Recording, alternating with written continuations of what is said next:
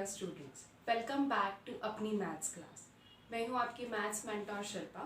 Today's topic is straight line and in this video we are going to cover two marks example of the straight line.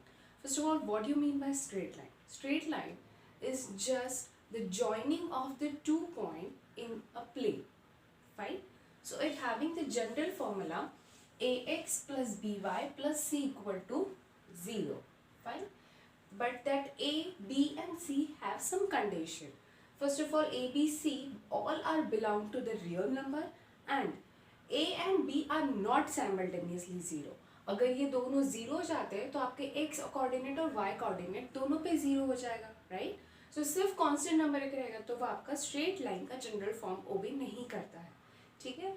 So that's why हमेशा आप ध्यान रखिए कि A B दोनों simultaneously zero नहीं होने चाहिए. एक जीरो हो जाएगा तो चलेगा, ठीक है, क्योंकि अगर एक जीरो होता है और अगर आप स्ट्रेट लाइन लेते हो तो यहाँ पे अगर वो कट करेगा जीरो होगा तो right, x axis में it is coordinate a0 and y axis having coordinate 0, b, right. तो अगर एक जीरो होता है तो आपकी स्ट्रेट लाइन आप बना सकते हो. दोनों अगर जीरो जाते हैं तो नहीं हो सकता. That is your origin, right.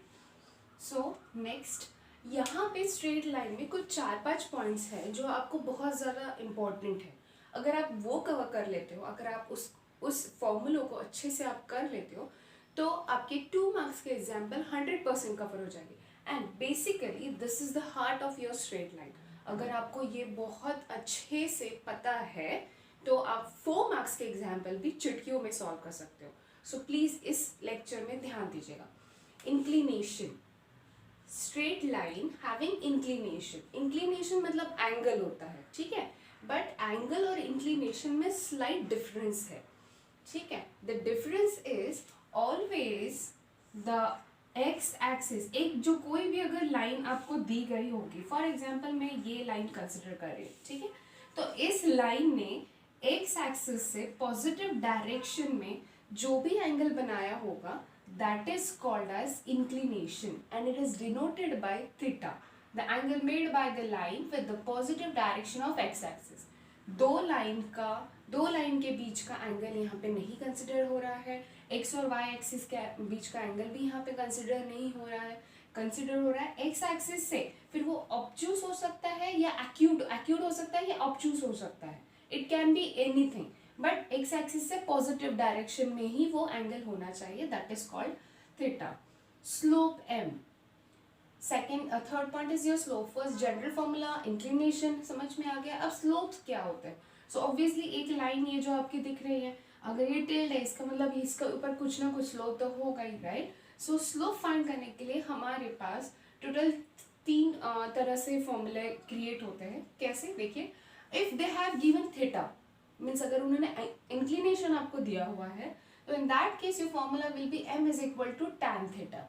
जो भी थीटा आपका होगा वो आप यहाँ पे सब्स्टिट्यूट कीजिएगा और tan थीटा की वैल्यू आप फाइंड करोगे. If they provide you ax plus by plus c is equal to 0, that means अगर एक इक्वेशन दिया होगा लाइन का तो in that case your slope means m is equal to minus a upon b. मतलब x का coefficient divide by b का coefficient with the minus sign. Okay. So third, if उस लाइन के ऊपर अगर 2 पॉइंट, फॉर एग्जाम्पल ये line है और इन्होंने ये 2 पॉइंट दिए हुए हैं, ठीक है, so in that case also we can find the slope. Slope m is your y2 minus y1 upon x2 minus x1. So slope हम 3 ways से find करेंगे. If they have given theta, if they have given the line, or if they have given the points, 2 points. Okay, fine. And furthermore ahead, अगर आपको 2 line parallel दिखाई देती है, ठीक है, फॉर एग्जाम्पल ये आपकी 2 लाइन है जो ऐसे पैरेलल है, ठीक है. Suppose this is my L1 and suppose this is my L2. Then in that case अगर ये दोनों पैरेलल है तो दोनों के स्लोप्स तो सेम रहेंगे. इसका जो एंगल है वही एंगल सेम इसका है हुआ, राइट. ये जो एंगल है कैसे भी आप लग सकते हो. ऐसे ले, आप एक्यूट ले लो, आप ऑब्ट्यूस ले लो, या आप एक्स एक्सिस से पैरेलल ले लो या वाई एक्सिस से पैरेलल ले लो. पैरेलल इसका मतलब उन दोनों के एंगल तो सेम रहेंगे. अगर सेम आएगा means inclination theta is same, then obviously their slope means m are equal, right. So if 2 lines are parallel to each other, if and only if m1 equal to m2. ये दोनों वे से workout होता है। कभी अगर आपको ऐसे भी देते हैं कि दो लाइन के स्लोप सेम है, तो हम ये कह सकते हैं कि वो दो line parallel. Is that clear? This is if and only if condition. Second, if the two lines are perpendicular to each other. For example आपका ये एक्स वाई एक्सिस ही ले लो, ठीक है, एक्स वाई एक्सिस ही ले लो जो आपका परपेंडिकुलर दिख रहा है, ठीक है। नहीं तो फिर आप इस तरह से लिख सकते हो कि सपोज ये दो लाइन है, ये परपेंडिकुलर हो रही है, ठीक है, यहाँ पे ये परपेंडिकुलर अगर हो रही है, तो in that case their slope satisfies one condition that m1 into m2 equal to -1, ठीक है।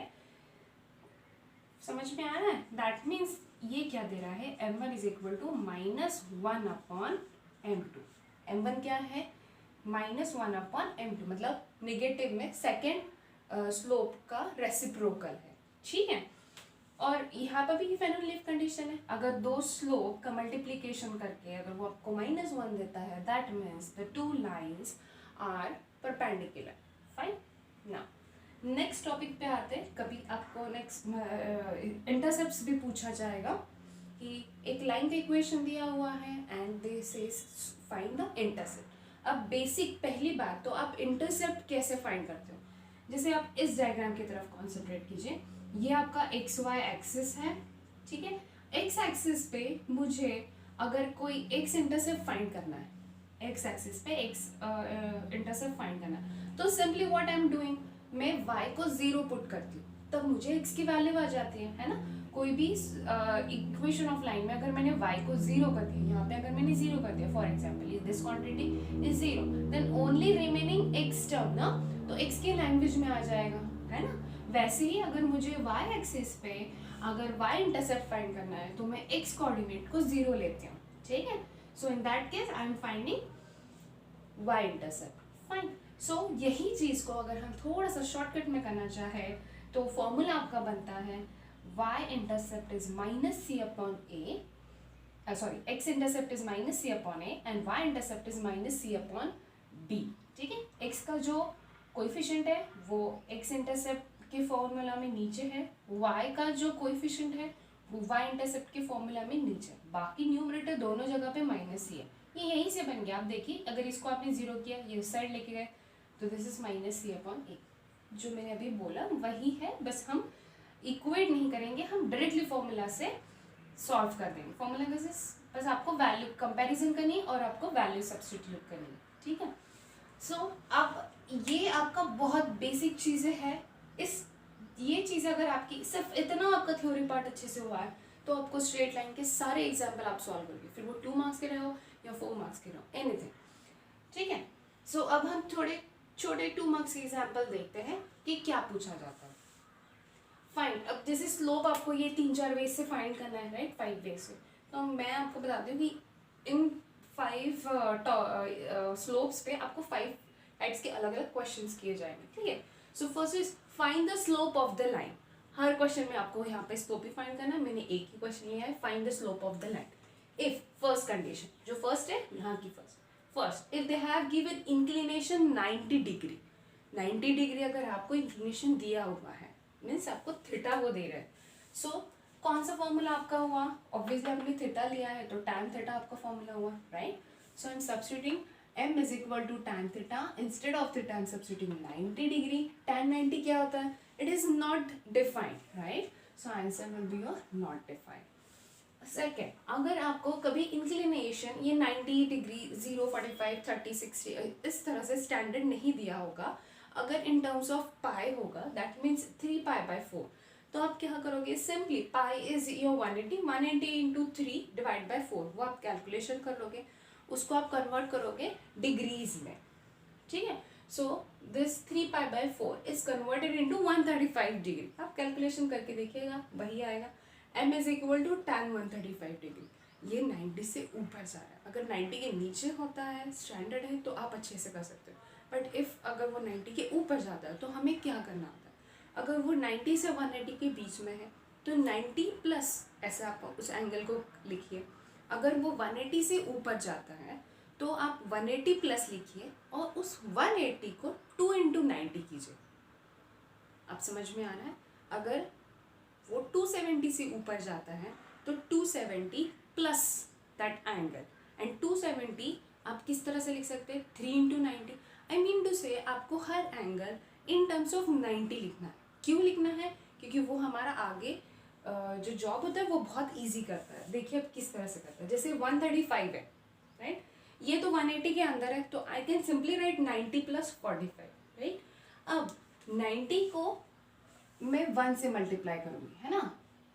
अगर आपका 180 के ऊपर जाएगा तो आप यहाँ पे 2 इंटू 90 करेंगे, अगर 270 के ऊपर जाएगा तो आप यहाँ पे 3 इंटू 90 करेंगे, है ना, ठीक है। सो अब क्या करना है, ये 1 2 3 ये क्यों करना ज़रूरी है, क्योंकि अगर 1 और 3 मीन्स ऑड नंबर अगर आपके आते हैं, 90 का मल्टीपल अगर ऑड नंबर अगर होता है, तो यहाँ पे जो एंगल होता है दैट इज यहाँ पे क्या है, यहाँ पे tan है, तो इसका अपोजिट वाला मीन्स कॉट आ जाएगा।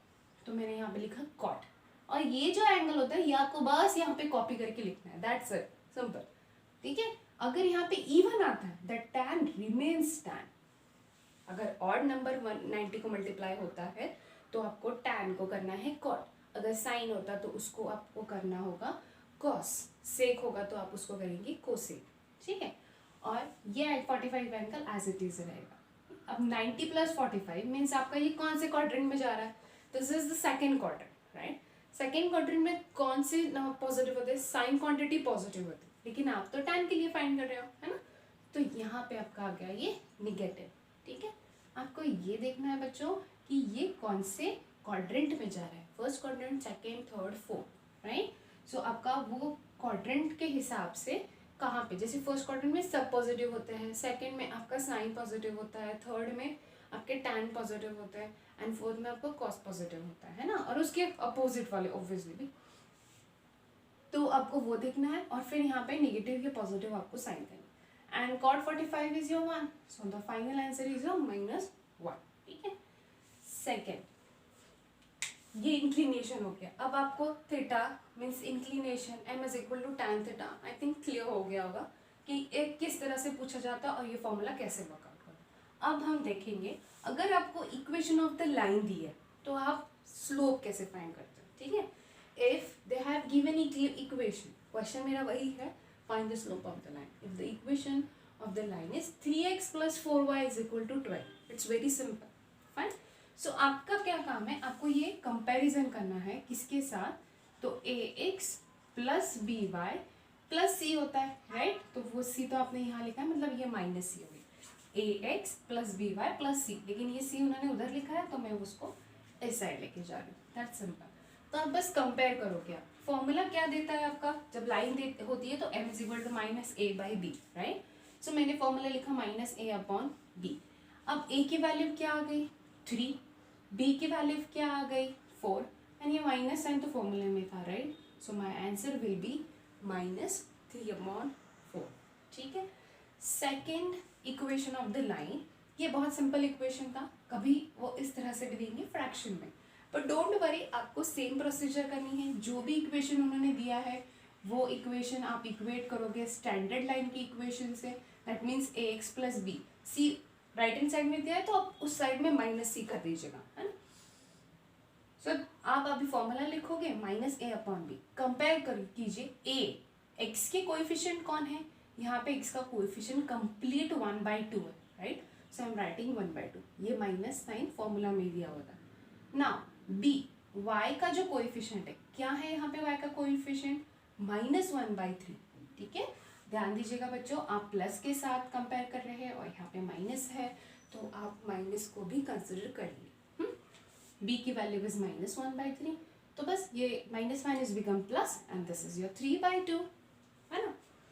तो अब आपको क्लियर हो गया, this is clear, this is also clear. Now the third, if they have given 2 points, अगर उन्होंने बोला एक लाइन है जो लाइन 2 पॉइंट से पास हो रही है, लाइक दिस, ये लाइन है और ये लाइन में 2 पॉइंट है, and this is that find the slope of the line, ठीक है।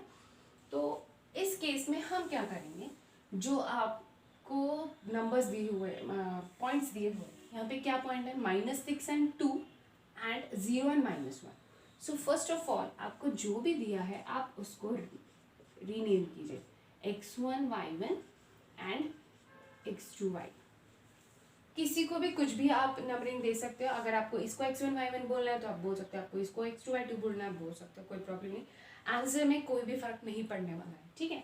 So in that case your slope formula is m is equal to y2 minus y1 upon x2 minus x1 is equal to what is the value of y2 -4, what is the value of y1 2, right, what is the value of x2 0 minus what is the value of x1 -6, right?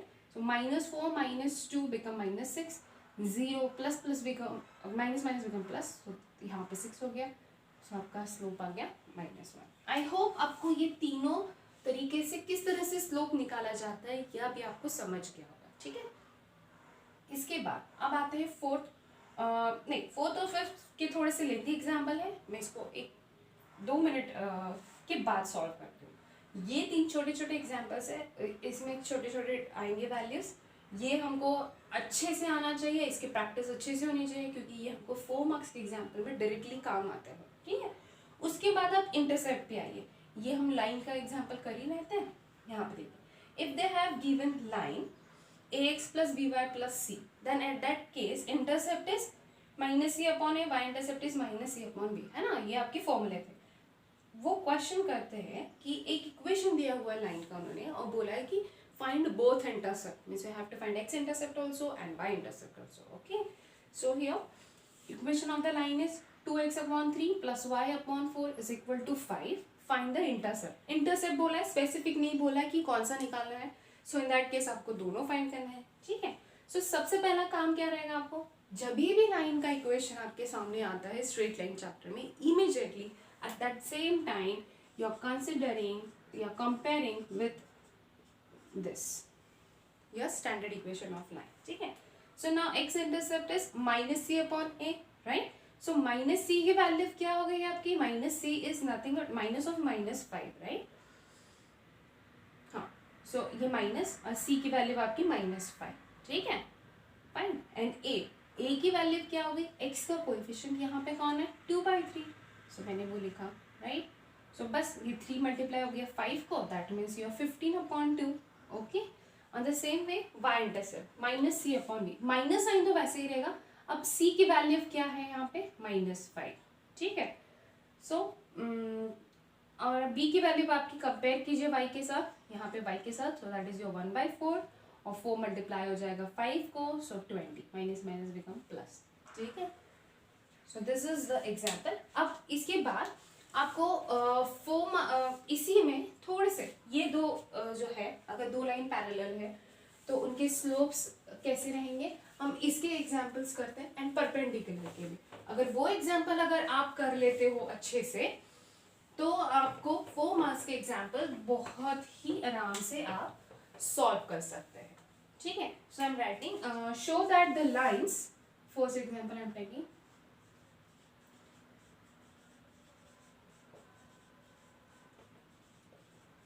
lines they have given 2x plus 3y minus 1 equal to 0 and 3x minus 2y plus 6 is equal to 0. You have to show that they are perpendicular, right? So क्या अभी हम लोग को करना है, हमको show करना है कि ये 2 लाइन जो दी हुई है वो 2 लाइन आपकी परपेंडिकुलर है, ठीक है। तो सबसे पहले आपका काम है कि जो लाइन दी हुई है आप उसको नॉमिनेट कीजिए, आप उसको नाम दीजिए, ठीक है। सो लेट सपोज L1 क्या है आपका 2x plus 3y minus 1 is equal to 0, ये हमने लिया, आप ये भी ले सकते हो, कोई प्रॉब्लम नहीं, ठीक है। अब L1 आपको दिया हुआ है, परपेंडिकुलर शो करना है, आपको ये पता है कि परपेंडिकुलर कब होता है कि जब उनके स्लोप्स ये कंडीशन सेटिस्फाई करते हैं ना, इसका मतलब हमको इस लाइन का स्लोप भी चाहिए। तो जैसे ही मैं इसको कंसिडर करती हूँ, immediately at the same time मैं लिख रही हूँ कि हैविंग स्लोप m1, एक सेकेंड सॉरी,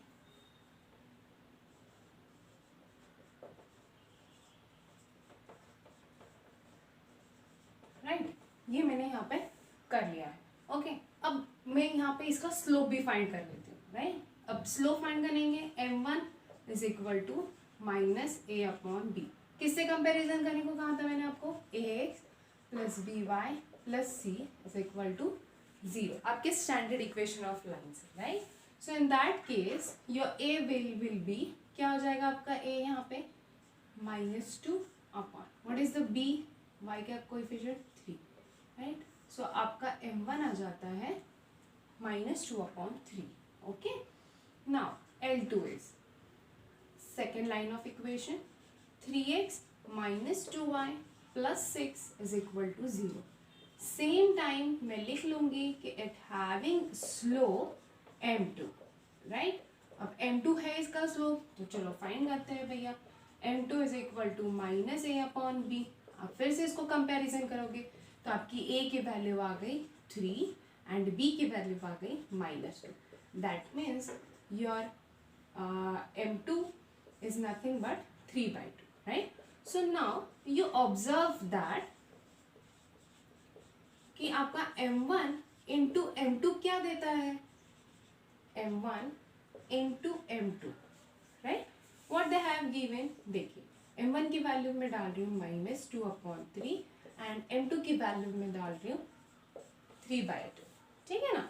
तो अब ये तो सब कैंसिल हो जाएगा, मतलब बचा क्या, -1, right? So that is the condition, right? So since m1 equal to m1 into m2 equal to -1, we can say that the given line L1 is perpendicular to L2, which we have to show that. Easy है, ठीक है। चलिए अब आते हैं next. अब आपको parallel perpendicular दिया होगा। अब दूसरे एग्जाम्पल हम देखते हैं जहाँ पे आपको कुछ वैल्यूज फाइंड करनी होगी। देखिए फाइंड के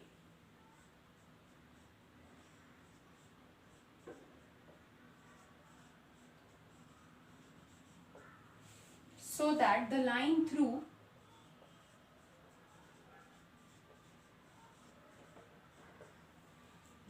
दो पॉइंट दिए हुए हैं आपको, सॉरी 2,3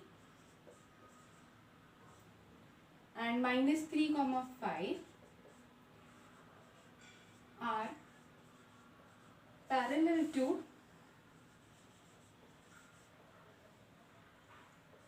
the line। आपको एक लाइन दी हुई है जो अगेन पास हो रही है, that is passing through. Again आपको दो पॉइंट दिए हुए हैं, -1,5 and another point is 0,7। I hope आपको क्वेश्चन समझ में आ गया होगा। आपको के की वैल्यू फाइंड करनी है कि आप जिससे आप ये समझ पाओ कि आपको ये जो दो लाइन है वो पैरेलल दी हुई है और आपको के की वैल्यू फाइंड करनी है ना। देखिए अगर नहीं समझ में आ रहा है तो ये क्वेश्चन इस तरह से है। ये एक लाइन है, ठीक है। This line is passing through 2,3 and -3,5, okay, and this line is parallel to the another line, okay, and this line also passing through the 2 points, -1,5 and the another point is 0,7. Fine. So now my job is, एक second ना, यहाँ पे के होना चाहिए था। wondering about where is the key. Really sorry students. सो अब ये दो लाइन्स है, ये ऐसी है और आपको फाइंड करना है कि ये के की वैल्यू क्या है। ये जो के है इसकी वैल्यू क्या है ये आपको फाइंड करनी है, ठीक है। सो अब आप क्या कर सकते हो, दो लाइन अगर पैरेलल है तो आपको पता है कि इनके स्लोप सेम होता है और क्या हम इनके स्लोप निकाल सकते हैं। ये L1 है, ठीक है, it having slope M1। Diagram निकालो, इमीडिएटली सब लेबलिंग करना शुरू करो, कौन क्या है, उसका स्लोप क्या होगा, ठीक है। अब दो लाइन पैरेलल है, इसका मतलब दोनों के स्लोप सेम आते हैं, है ना। तो M1 इक्वल टू M2 और देखिए उसमें आपके यहाँ कहाँ जाएंगे स्लोप। L1 का स्लोप आप कैसे फाइंड करोगे, फाइंडिंग स्लोप्स,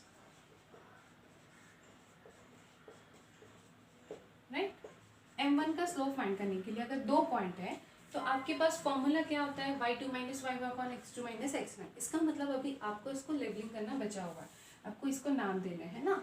सो x1 y1 x2 y2। यहाँ पे आप क्या करोगे, अभी इसको आप नाम दे दीजिए कि ये आपने बोला है x3 y3 एंड ये आपने बोला है x4 y4। Now I am finding the both slope. Okay, so m1 is equal to, what is my formula, y2 minus y1 upon x2 minus x1, right? So what is my y2 quantity, this is my 5, y1 quantity is my k divided by x2 quantity is minus 3 minus 2, right? So 5 minus k upon minus 5, ये आपका आ गया है m1। Now you are interested to find the value of m2। अब m2 का formula क्या होगा, देखिए आपका m का formula y2 minus y1 x2 minus x1 है, मैं मानती हूँ, लेकिन जो लाइन है रिक्वायर्ड लाइन, उसमें आपने जो लेबलिंग दिया आपको उसके हिसाब से फॉर्मूला लिखना होगा। फॉर्मूला क्या कहता है, y के डिफरेंस डिवाइड बाय x का डिफरेंस, राइट? तो यहाँ पे y का डिफरेंस क्या है, y4 minus y3 upon x4 minus x3, right? y4 is your 7 minus y3 is your 5 divided by x4 is your 0 minus of minus 1, right?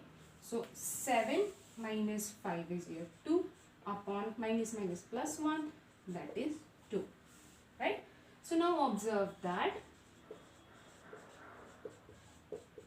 m1 equal to m2, no, एक second, आपको क्या बोला है, since two lines are parallel, okay, sorry given condition, since L1 is parallel to L2, therefore their slope satisfies the condition m1 equal to m2। मैं अभी दोनों को equate करूँगी, right? So I am getting minus 5 upon k upon minus 5 and m2 is your 2। You want to find the value of k, right? So therefore 5 minus k is equal to minus 10, that means my k is equal to 50। Easy है ये example, दो line parallel है और आपको k की value find. कुछ examples इसमें ऐसे आते हैं कि आपको दो लाइन परपेंडिकुलर दी होती है और आपको k की वैल्यू फाइंड करनी है। सो सेम प्रोसीजर आप करोगे, दो जो लाइन दी हुई है दोनों के आप स्लोप्स फाइंड करोगे, बस कंडीशन आपकी चेंज होगी कि यहाँ पे आप लिखोगे L1 is perpendicular to L2। So in that case your this m1 into m2 equal to -1, fine. So आप m1 की और m2 की वैल्यू आप डालोगे, देखना आपका -1 आएगा। लेफ्ट हैंड साइड आप वैल्यू डालो, आपका राइट हैंड साइड -1 आ जाता है, ठीक है? तो ये आप फाइंड कर सकते हो, है ना? अब इसमें और थर्ड टाइप का एग्जाम्पल्स भी हम कंसिडर करेंगे।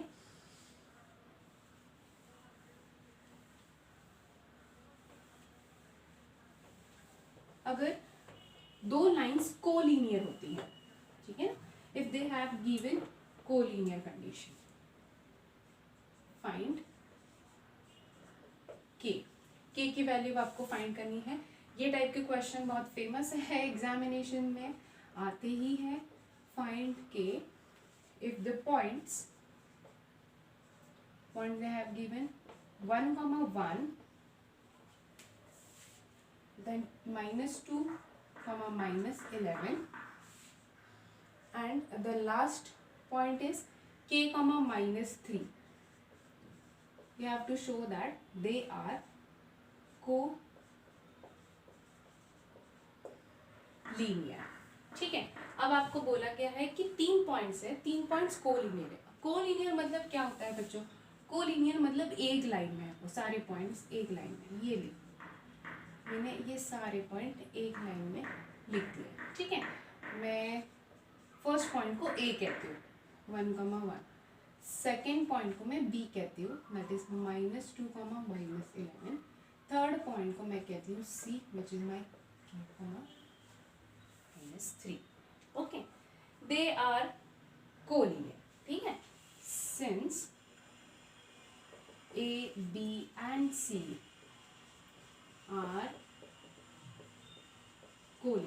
कोलिनियर मतलब साथ में है, एक लाइन में है।